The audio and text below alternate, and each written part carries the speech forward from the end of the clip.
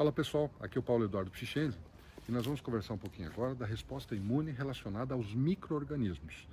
Nós vamos conversar agora sobre a resposta imune em relação às bactérias e num outro momento das particularidades da resposta imune em relação aos vírus, aos fungos, aos parasitas. As bactérias, quanto à sua localização, elas podem ser divididas nas bactérias extra e intracelulares. As extracelulares, elas se replicam fora da célula hospedeira, na circulação, no trato aéreo, no lume intestinal. E as intracelulares, elas se replicam dentro da célula hospedeira, no fagossoma, no citoplasma. Pois bem, de acordo com a localização das bactérias, nós temos diferentes predomínios de resposta imunológica. Nas bactérias extracelulares, você predomina uma resposta imunológica através do sistema complemento, através de anticorpos, e nas bactérias intracelulares predominam a resposta mediada por células. Então vamos estudar um pouco de bactéria agora. Essa é uma tabela do livro de microbiologia médica do Murray. Eu fiz umas pequenas modificações, mas eu acho uma tabela excelente porque ela vai mostrar diferentes mecanismos de resposta imunológica em vários micro-organismos: bactéria extracelular, intracelular, vírus, fungos, parasitas. Nós agora vamos falar de bactérias. Então, quando nós comparamos as bactérias extra com intracelulares, o sistema complemento ele tem uma ação muito maior nas bactérias extracelulares, como os neutrófilos, como os anticorpos, através do mecanismo TH2. E já nas intracelulares, nós temos uma ação maior dos natural killer, dos linfócitos T citotóxicos. Pois bem, as bactérias extracelulares elas podem causar doença de três formas: ou pela morte ou lesão das células hospedeiras infectadas, ou pela liberação de toxinas que podem causar dano tecidual e distúrbios funcionais nas células vizinhas e em tecidos distantes que não estão infectados. As endotoxinas são componentes da própria bactéria, como por exemplo os lipopolissacarídeos nas gram-negativos, ou podem ser exotoxinas, que são produtos secretados pelas bactérias, como por exemplo a tétanospasmina. Além disso, as bactérias, assim como a maior parte dos micro-organismos, pode também levar a uma estimulação da resposta imune, e esta resposta imune pode sim prejudicar, causar dano tanto em tecidos infectados quanto nos tecidos normais, ou seja, o nosso próprio corpo acaba produzindo dano para as células do corpo. Sempre que o nosso sistema imune se depara com um micro-organismo, ele tem alguns mecanismos, entre eles nós podemos didaticamente separar nos mecanismos relacionados com a resposta imune inata e os mecanismos relacionados com a resposta imune adaptativa. Cabe salientar que isso é uma divisão didática e que em vários momentos a resposta imune inata e adaptativa elas funcionam concomitantemente, né? A nossa resposta imune inata ela é dividida nas respostas da fase aguda e na fagocitose. Sempre lembrando que existem receptores, entre eles os tool-like receptor, que se ligam no PAMP, o PAMP da bactéria, então PAMP Pathogen Associated Molecular Pattern, PRR, Pattern Recognition Receptors. Entre esses PRR nós temos os TLR. Então sempre que você fala na ligação TLR e PAMP, você está querendo dizer o seguinte: inicia-se a resposta imune inata, ou seja, a produção de citocinas inflamatórias, a produção de quimiocinas e o botão que liga a fagocitose. As respostas da fase aguda são várias, e entre elas nós temos o complemento. O complemento ele pode ser ativado por três vias: a via alternativa e das lectinas, em que não há presença de anticorpos, resposta imune inata, e o complemento pode ser ativado pela via clássica, com a presença de anticorpos IgM e IgG, resposta imune adaptativa. Nesse momento, nós estamos falando de uma resposta de fase aguda um complemento da via alternativa ou via das lectinas, ou seja, resposta imune inata. Pois bem, independente da via, o complemento ele atua através da opsonização, o que estimula a fagocitose. O principal complemento que causa componente do complemento que causa a opsonização é o C3b. A quimiotaxia de neutrófilos e macrófagos, sobretudo os componentes C3a e C5a. A ativação do complexo de ataque à membrana, o MAC.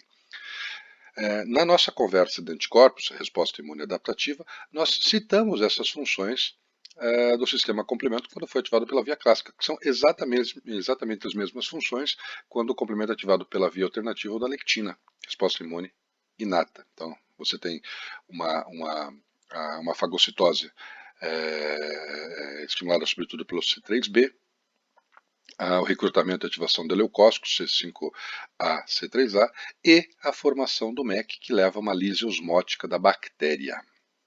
Além disso, o complemento é importante em relação às anafilatoxinas. O C3a, o C5a em menor grau, o C4a, causam a degranulação de mastócitos e basófilos.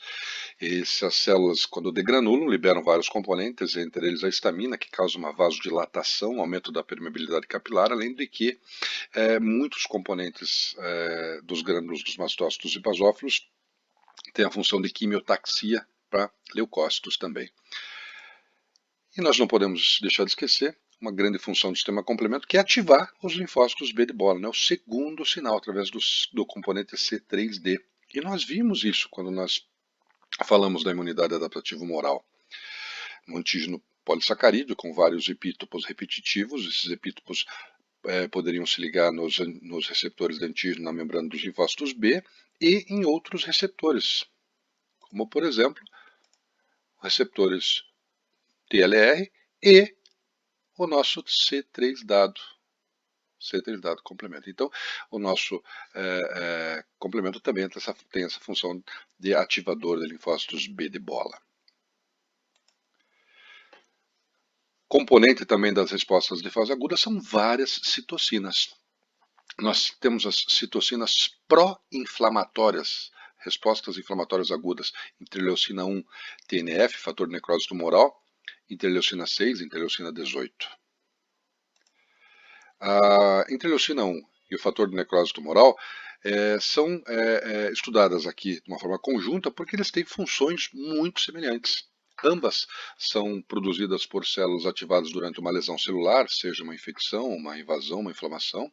Tanto células não imunes, fibroblastos, queratinócitos, mas principalmente células imunes, como macrófagos, monócitos, células dendríticas, linfócitos, produzem citocina, interleucina 1 e TNF.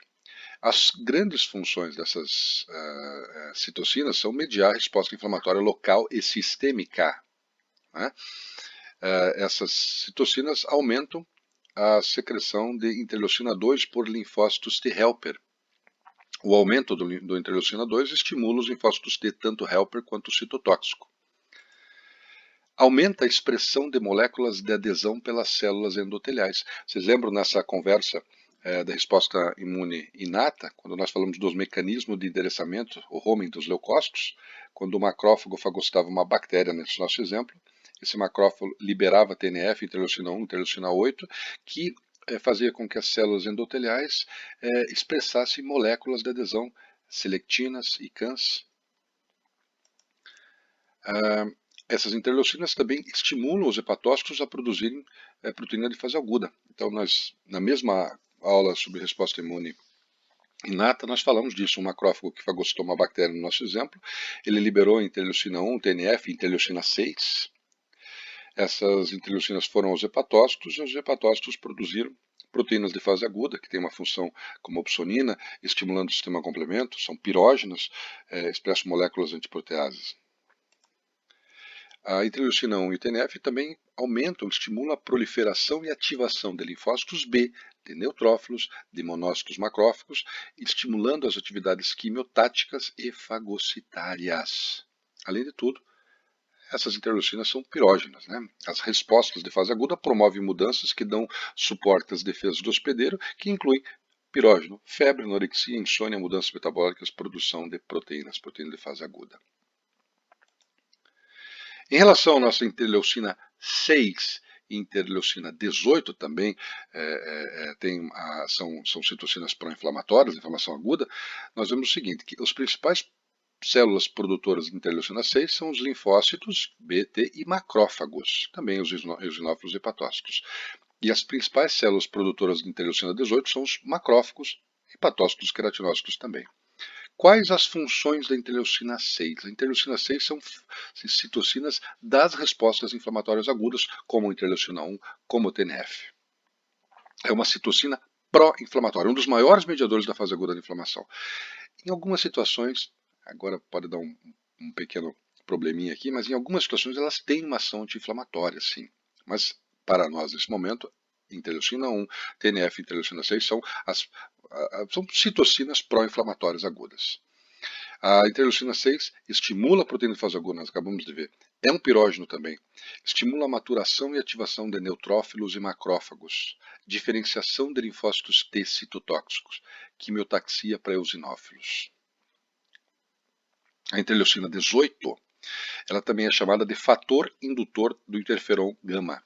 Então, olha a importância dela na produção de interferon gama. Ela estimula os natural killers, nós já vimos que natural killers produzem interferon gama.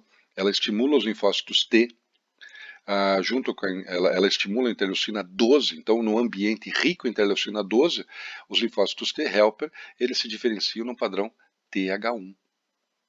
Ela diminui a interleucina 10. No ambiente rico em interleucina 10, os linfócitos T helper se diferenciam em TH2. Então, você diminuindo a interleucina 10, você diminui a expressão TH2, melhora a expressão TH1.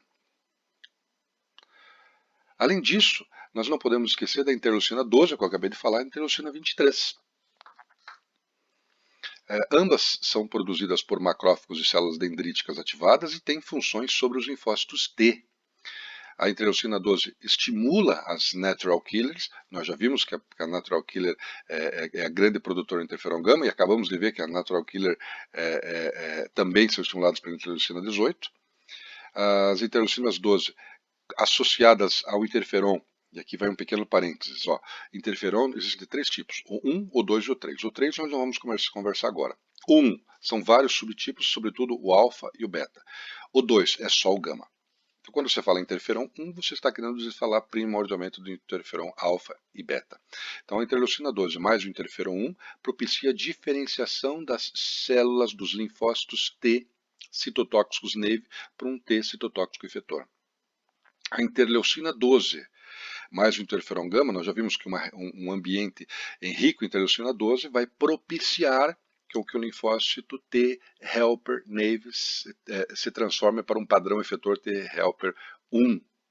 E o T helper 1 produz bastante interferon gama, o interferon gama reforça a função dos macrófagos. Além do que, a interleucina 12 estimula a mudança de isotipo de imunoglobulina, não para IgE não. Já a interleucina 23, quer dizer, num ambiente rico em interleucina 23, o linfócito T helper nave, ele se transforma para um padrão efetor do tipo TH17. TH17 reforça a função dos neutrófilos. Mas calma aí.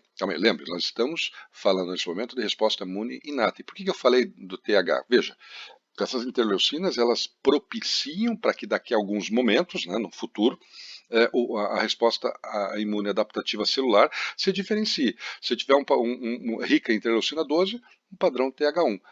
Se o ambiente for rico em interleucina 23, um padrão TH17. TH1 macrófago, TH17 neutrófilo. Não podemos esquecer também que as respostas da fase aguda produzem peptídeos antimicrobianos. Existem vários peptídeos antimicrobianos, como as defensinas, que são produzidas pelas células epiteliais, células da barreira epitelial na pele, no intestino, no pulmão, outros tecidos, além de neutrófilos, macrófagos. Esses antimicrobianos atuam como antimicrobianos, como antibióticos de amplo espectro. Eles estão relacionados com a nossa primeira linha de defesa, na proteção de pele e mucosas. A síntese dessas defensinas, ela aumenta em resposta ao estímulo dos receptores terminados, ou seja, Toll-like receptor, citocinas inflamatórias também aumentam a produção de peptídeos antimicrobianos, né, como a interleucina 1 TNF. A liberação de antimicrobianos é intensificada pela presença de uma resposta TH17 também. Além disso, para limitar o crescimento bacteriano, peptídeos quelantes, ou seja, que absorvem, são liberados como parte da resposta inflamatória para sequestrar, para absorver íons metálicos essenciais, como ferro e zinco. Outra situação importante na resposta de fase aguda são as cininas e fatores de coagulação.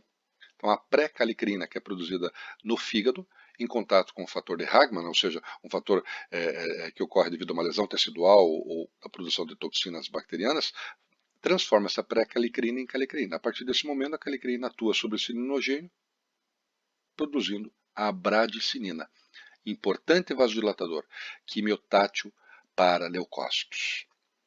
Os produtos do ácido araquidônico funcionam da mesma forma, igualzinho às cininas. Então, quando as prostaglandinas e os leucotrienos atuam de várias formas, mas basicamente causando vasodilatação, aumento da permeabilidade vascular e sendo quimiotáticos para leucócitos. Em relação à fagocitose, nós temos que lembrar que as quimiocininas são importantíssimas.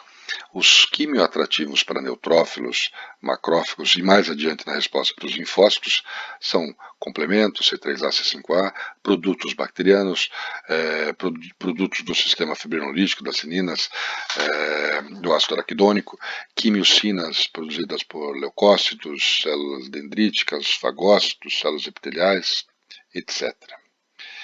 As quimiocinas e o TNF fazem com que as células endoteliais, que revestem os capilares e os leucócitos de passagem, expressem moléculas de adesão. E nós já vimos isso. É a segunda vez que nós mostramos esse mesmo slide na nossa aula de resposta imune inata, em que nós temos aqui a expressão, tanto pelas células endoteliais de moléculas de adesão, quanto pelos leucócitos. Então aqui nós temos o velcro molecular. A ligação entre as bactérias e os leucócitos, de cara a gente já tem que diferenciar nas bactérias não encapsuladas e bactérias encapsuladas. Nas bactérias não encapsuladas, os macrófagos já podem começar a fagocitose imediatamente. Mas já nas encapsuladas, que tem cápsula, você necessita de opsoninas que devem recobrir a cápsula e aí sim os fagócitos podem atuar. Então existem várias moléculas que atuam como opsoninas, complemento, proteínas de fase aguda e os anticorpos na resposta imune adaptativa. Quanto aos neutrófilos e macrófagos, aqui nós temos que falar da interleucina 12 e interleucina 23. Veja, a interleucina 12 ela estimula o natural killer que produz interferon gama. Nós já vimos isso. A interleucina 12, ela propicia um ambiente em que a nossa resposta imune adaptativa celular, ela faz com que as células TH, ou seja, T helper naive, se transformem em T helper 1, o que aumenta também o interferon gama. O início da infecção, o interferon gama é produzido pelas células natural killer e mais tarde pelos linfócitos T helper. Então, em micro-organismos intracelulares, esse é o padrão escolhido, né, estímulo da interleucina 12, que aumenta interferon gama e estimula os macrófagos. Já em micro-organismos extracelulares, você tem um predomínio do ambiente produzindo interleucina 23, né, que associado à interleucina 1, interleucina 6 e o TGF-beta, vão estimular o padrão TH17, que traduz em aumento, ativação de neutrófilos. Ambos têm a função de fagocitose, mas aqui você já consegue perceber uma diferença. Micro-organismos intracelulares, entre eles bactérias, micro-organismos extracelulares, entre eles bactérias e extracelulares. É um padrão TH1, padrão TH17, interleucina 12, interleucina 23. Quanto ao início da ativação, isso aqui nós já vimos a partir de agora. Vamos só relembrar. na nossa pele, que nós temos uma célula dendrítica, certo? Tá bom? Então a célula dendrítica tem receptores. Aqui eu coloquei também os MHCs já expressos na membrana. Não funciona assim. O MHC ele se associa ao seu fragmento peptídico antigênico dentro da célula e o complexo MHC com o fragmento peptídico antigênico, os dois em conjunto, então são expressos na membrana. Mas aqui eu coloquei dessa forma para ser mais fácil para a gente entender o que está acontecendo. Pois bem, quando você tem então uma bactéria, no nosso exemplo, que chega no tecido, o pump se liga ao TLR, o Toll-like receptor, você então ativa a resposta imune inata, aperta o botãozinho de on, né, de ligar a fagocitose, a célula dendrítica então fagocita. A partir desse momento essa célula dendrítica é chamada de célula dendrítica madura, ela vai iniciar o processamento dos antígenos e vai fazer então a expressão junto com o MHC do complexo MHC peptídeo, fragmento peptídeo antigênico. A partir desse momento então a nossa célula dendrítica vai para um órgão linfático periférico, um linfonodo, para estimular o nosso linfócito, certo? Linfócito que daí pode ser um linfócito T helper, ter citotóxico, enfim, mas aqui veja só, MHC2, fragmento antigênico, T-cell receptor, MHC2, um correceptor CD4. Não podemos esquecer dessa tabelinha aqui, ó. CD4, linfócito T helper, MHC2, CD8, linfócito T citotóxico, MHC1. É assim que funciona. Nessa nossa conversa de imunidade adaptativa celular, eu mostrei esse slide para vocês aqui e eu falei que existem vários outros receptores, mas nesse momento acadêmico de vocês, eu queria que vocês soubessem disso aqui. Mas existe um outro receptor muito utilizado aí em provas, que é o CD40 ligante. Quer dizer, o CD40 ligante ele só existe nos linfócitos T helper acilares. Então, o CD40 ligante só existe nos linfócitos T auxiliares, T helpers, certo? E os CD40 existem nas células apresentadoras de antígeno. A partir desse momento, então, esse nosso linfócito T helper, que era um NAVE, ele começa então a sofrer a sua expansão clonal, originando linfócitos T efetores, linfócitos T de memória. De acordo com o ambiente, se o ambiente for, dependendo do tipo do interleucino do ambiente, você vai ter um padrão TH1, TH2, TH17. Certo? Então, na nossa resposta imune adaptativa, o início da ativação da resposta imune adaptativa é assim que funciona. A nossa resposta imune adaptativa, então, dependendo do ambiente, você vai ter um padrão TH1, TH17, TH2.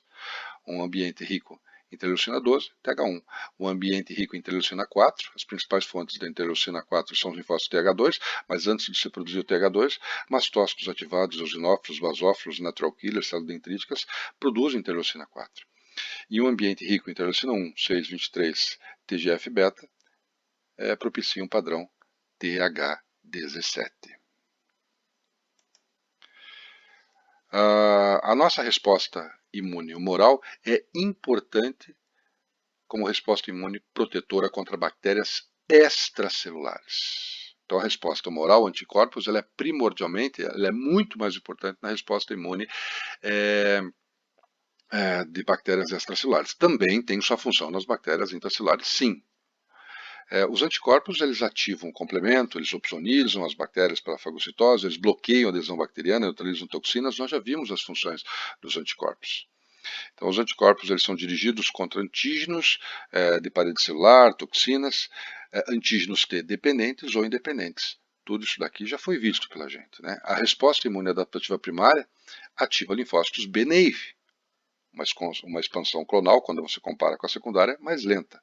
A resposta adaptativa secundária ativa linfócitos B de memória, quando você compara com a resposta adaptativa primária, uma expansão clonal mais intensa e rápida. Esse desenho eu acho muito interessante. Então você observa o seguinte, um padrão de resposta TH17 recruta neutrófilo. Então você falou TH17, você está falando de neutrófilo. Um padrão de resposta TH1, interferon gama, macrófago. E um padrão de resposta TH2, você fala em mastócitos, eosinófilos e você fala em anticorpos. Então, quando você fala em anticorpos, você está falando primordialmente de um padrão de resposta TH2. Vou repetir. TH17, neutrófilo. TH1, macrófago. TH2, mastófilos, eosinófilos, mas primordialmente anticorpos. Aqui cabe uma reflexão. Isso nós já conversamos aqui na nossa imunidade adaptativa celular, nesse slide aqui. Percebam nesse slide o seguinte, vamos resumir. Padrão de resposta TH2 estimula interleucina 4 e 5 linfócitos B a produzirem a mudança de isotipo A, E, G. Então você falou em imunoglobulina A, E, G, mudança de isotipo pelo padrão de resposta TH2. Mas o padrão de resposta TH1 também propicia a interleucina 2 interferon gama a mudança de isotipo do linfócito B para IgG. Não A, não E. Então a mudança de isotipo A e E é exclusiva do padrão de resposta TH2. A G ela ocorre tanto no TH2 quanto no TH1. Beleza? Pois bem, os efeitos prejudiciais da resposta imune nas bactérias extracelulares ele ocorre basicamente por três situações. Pela inflamação. Então, as mesmas reações de neutrófilos e macrófagos que agem para erradicar a infecção podem causar danos teciduais através da produção local de espécies reativas de oxigênio e enzimas lisossomais. Ou seja, os mecanismos utilizados para a lise bacteriana para neutrófilos e macrófagos podem sim lesar os nossos tecidos. A ativação de respostas inflamatórias e de fase aguda pode dar início a um dano tecidual e sistêmico significativo. Além disso, existe uma outra situação que se chama choque séptico. Então, o choque séptico é uma consequência de uma infecção por algumas bactérias, tanto gram-negativas quanto gram-positivas. E é uma síndrome caracterizada pelo colapso circulatório e coagulação intravascular disseminada. Você tem um grande consumo de plaquetas, por isso que você pode ter uma plaquetopenia. A fase inicial do choque séptico é causada pelas citocinas produzidas por macrófagos, interleucina 1, 6, TNF, interferon gama, interleucina 12, que são ativados pelos componentes da parede bacteriana primordialmente. Então há uma explosão inicial de uma grande quantidade de citocinas, uma tempestade de citocinas. Esse é o choque séptico. Além disso, a resposta imune pode ser prejudicial pela produção de anticorpos. Então, uma complicação tardia da resposta imune humoral contra a infecção bacteriana pode ser a geração de anticorpos produtores de doença. Por exemplo, o Streptococcus pyogenes, ele tem um mimetismo. Anticorpos que são produzidos por eles compartilham epítopos entre a proteína M e a fibra cardíaca. Ataca a proteína M, ataca a fibra cardíaca. Esse mesmo Streptococcus pyogenes pode originar imunocomplexos que podem se depositar no rim. Uma glomerulonefrite pode ser causada. Então essas são as três formas em que os efeitos da nossa resposta imune podem prejudicar o nosso corpinho. Pois bem, em relação à bactéria intracelular, uma característica das bactérias intracelulares, nós já vimos isso, é a capacidade dela sobreviver, se replicar dentro do citoplasma do fagossoma. Uma vez que esses micro-organismos são capazes de encontrar um local adequado dentro da célula, inacessível para anticorpos circulantes, sua eliminação requer mecanismos de imunidade mediada por célula. E aqui nós vimos aquela tabela inicial. Mas nesse momento eu vou focar aqui na comparação entre bactéria intracelular e vírus. Então nós vamos ver que os mecanismos são muito semelhantes entre as bactérias intracelulares e os vírus. Então, células natural killer, um padrão TH1 que estimula macrófago, linfócitos T citotóxicos. Aqui os vírus, nós já vamos na próxima conversa falar sobre interferon alfa e beta, que aqui não tem uma função tão importante, mas são padrões semelhantes. Então, micro-organismos intracelulares. A resposta imune inata contra bactérias intracelulares ela é mediada principalmente por fagócitos, neutrófilos sim, mas sobretudo macrófagos, daí que vem a necessidade do interferon gama, então os linfócitos natural killer produzem interferon gama, então os natural killers são ativados diretamente pelas bactérias intracelulares, ou por um aumento da interleucina 12, então quando o macrófago fagocita uma célula que tem um vírus, ele produz bastante interleucina 12, que vai produzir um aumento do interferon gama. um padrão de resposta TH1 também, né? E a resposta imune inata contra bactérias intracelulares, você tem uma grande quantidade de citocinas pró-inflamatórias, interleucina 1, interleucina 6, TNF e várias quimiocinas, como interleucina 8. Vocês percebam que os receptores das bactérias intracelulares, dos micro-organismos intracelulares, podem ser os TLR, só que não nas membranas plasmáticas, nas membranas endossomais, e os receptores citossólicos, que podem captar os micro-organismos que estão no citoplasma da célula. Os linfócitos NK nas bactérias intracelulares são fundamentais. Então vocês percebam esse gráfico aqui, é um gráfico bem interessante. Então a resposta imune inata, no início, você tem um grande número de neutrófilos e posteriormente você vai ter logo a seguir um estímulo grande dos linfócitos NK, que produzem bastante interferon-gama, que estimulam os macrófagos. Os macrófagos ativados produzem interleucina 12, que estimula linfócitos natural killer. Isso daqui é o ciclo da resposta imune inata. Posteriormente, você vai ter então a ativação dos linfócitos T na resposta imune adaptativa para que ocorra a erradicação da infecção. Então, as respostas imunes adaptativas relacionadas com a bactéria intracelular são predominantemente uma resposta imune adaptativa celular. Os linfócitos T fornecem defesa contra infecções por 2 tipos de reações. Primeiro, os linfócitos T-helper. Então, sob a influência da interleucina 12, eles se diferenciam no padrão TH1. Nós já falamos, padrão TH1 aumenta interferon-gama. Então, interleucina 12 mais interferon-gama ativa fagócitos. A principal resposta imune protetora contra bactérias intracelulares é o recrutamento e ativação de fagócitos mediados por TH1, imunidade mediada por células. Então, macrófagos.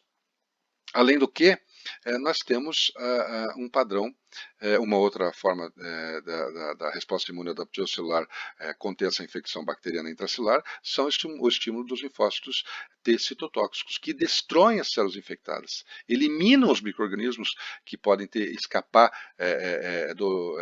da morte dos fagócitos, ou seja, saem do fagossoma e vão para o citoplasma. Então, essas são as 2 formas que você tem de combater as bactérias intracelulares. Um padrão TH1, que estimula macrófagos, e naqueles bactérias que saem, que conseguem se livrar não são mortos pelo fagossoma, quando elas saem do fagossoma, os linfócitos T citotóxicos, então, podem matar essas bactérias pelo estímulo que escapam do fagossoma e vão para o citoplasma. Cabe ressaltar uma situação muito interessante aqui, que é a diferença na ação do padrão TH1 e TH2. Então veja só, as células do perfil TH2, elas são produtoras de interleucina 4 e 5. E elas não contribuem com a resistência contra as bactérias intracelulares. Pelo contrário, o ambiente TH2 em geral favorece a instalação da doença em questão. Por quê? Por 2 motivos. Primeiro, as bactérias intracelulares, elas podem ser mortas por anticorpos, sim, desde que essas bactérias sejam contidas antes de entrarem na célula. Então, os anticorpos têm uma função importante. Mas a partir do momento que os anticorpos não peguem mais essa célula, não peguem mais essa bactéria entre na célula, a partir desse momento os anticorpos não atuam mais. Então, os anticorpos têm a sua ação quando as bactérias estão fora das células. A partir do momento que a bactéria entrou na célula, o anticorpo não atua mais. Então não há necessidade de ter anticorpo. Então o padrão TH2 ele tem que diminuir porque ele produz bastante anticorpo. Ponto. Além do que, e esse é um conceito que me parece novo para vocês, que eu não tinha abordado até esse momento, existe uma diferença de macrófagos. Existe uma diferença de macrófagos. Existem 2 tipos de macrófago. O macrófago da via alternativa e da via clássica. Mas o que é isso? Veja. Quando você tem uma célula, um linfócito T naive, e ele vai ser estimulado, vai sofrer expansão clonal, e ele pode então se diferenciar, se você tiver bastante interleucina 12, para um padrão TH1. TH1 produz interferon gama, TNF, estimula o macrófago. Esse macrófago estimulado pelo aumento da interferon gama é chamado M1. Macrófago, que é o que vocês conhecem, que ele vai fazer o quê? Fagocitose. No entanto, quando você tem um ambiente rico em interleucina 4, você vai ter um padrão de imunidade celular TH2, que vai produzir bastante interleucina 10, 4 e 13, que inativam o interferon gama, inibem a via clássica dos macrófagos. E esse gráfico mostra isso. Então vamos lá. Um monócito com bastante interferon, num ambiente cheio de interferon gama, ele se transforma no macrófago M1, que é o macrófago que vai lisar, vai fazer a fagocitose, pró-inflamatório. Já um monócito num ambiente rico em interleucina 4, interleucina 13, ele produz um outro tipo de macrófago dito macrófago M2, via alternativa, via clássica, via alternativa. Este macrófago M2, ele tem uma ação anti-inflamatória, um reparador de ferida. É mais ou menos assim. Esse daqui vai para uma célula e vai para uma festa e estraga tudo na festa. O irmão dele, quando vai para a festa, esse outro, vai lá e arruma tudo. É mais ou menos isso. Então são dois macrófagos com funções antagônicas. Um tem uma função basicamente fagocitária, que é o que nós conhecemos, e o macrófago M2, que é ativado pelo padrão TH2, ele não tem essa ação fagocitária. Pelo contrário, ele tem uma ação anti-inflamatória, de reparação de ferida, de fibrose. Certo, pessoal? Para terminar, nós não podemos esquecer dos granulomas. As bactérias intracelulares podem resistir à destruição dentro dos fagócitos, podendo persistir por longos períodos. Dessa forma, elas podem causar uma estimulação antigênica crônica, inflamação crônica, e ativação de linfócitos T e de macrófagos. Com isso, há um padrão TH1 persistente, aumento de interferon gama o tempo todo.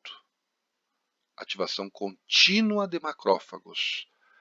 E essa ativação contínua de macrófagos, devido à persistência desse processo crônico, pode resultar na formação dos granulomas em torno de um micro-organismo.